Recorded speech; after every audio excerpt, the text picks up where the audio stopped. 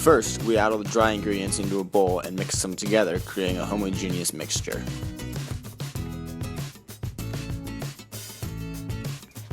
Next, we crack the eggs and added that as well as melted butter into the homogeneous mixture.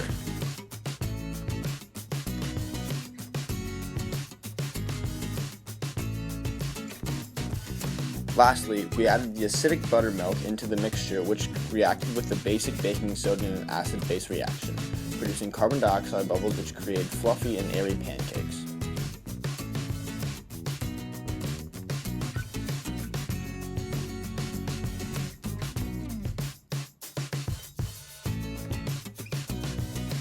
By applying energy, in this case heat, we see a chemical reaction occur when the liquid of the pancake batter becomes a solid. At this point, a Maillard reaction occurs. The Maillard reaction gives the pancakes their aroma and golden brown color. When you raise the heat on your pancake mix, the amino acids that make up the proteins begin to chemically bond with carbon and oxygen atoms from sugars, thus giving off the aroma of the pancakes. Here, we are cracking the eggs to access the protein-rich centers.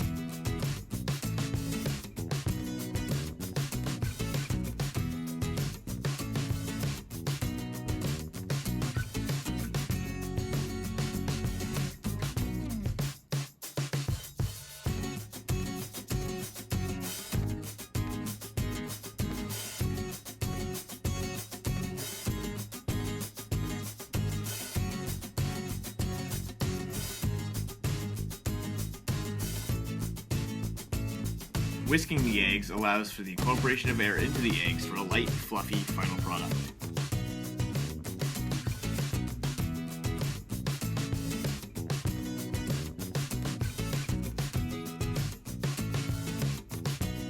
Adding the fat of the milk starts to separate the proteins in the egg and helps to prevent overcooking as well as resulting in creamier, smoother eggs.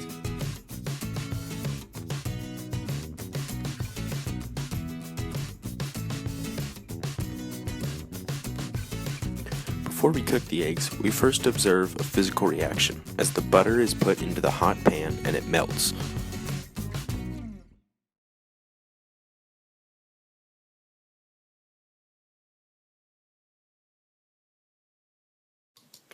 Now as we pour in the eggs, we begin to see the chemical reaction with the proteins within it. The white of an egg contains a large amount of protein, specifically a type called globular proteins, so called because they have a roughly spherical shape.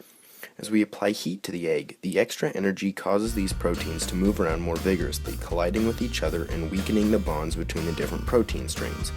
As these bonds become weaker and weaker, their globe-like structures start to unfold and the protein becomes denatured.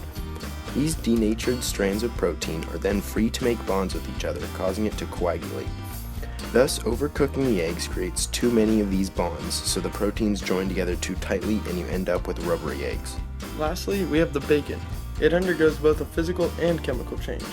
As the meat, myosin muscle fibers are heated, they begin to pull together and the proteins are denatured, which is caused by the extreme heats in the pan. Also, the fat portion of the bacon is then melted into a liquid form, hence the grease in the pan.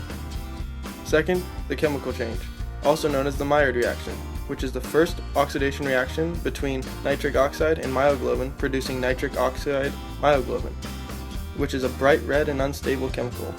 Upon heating, the more stable nitric oxide myohemochromogen is formed, thus the browning color.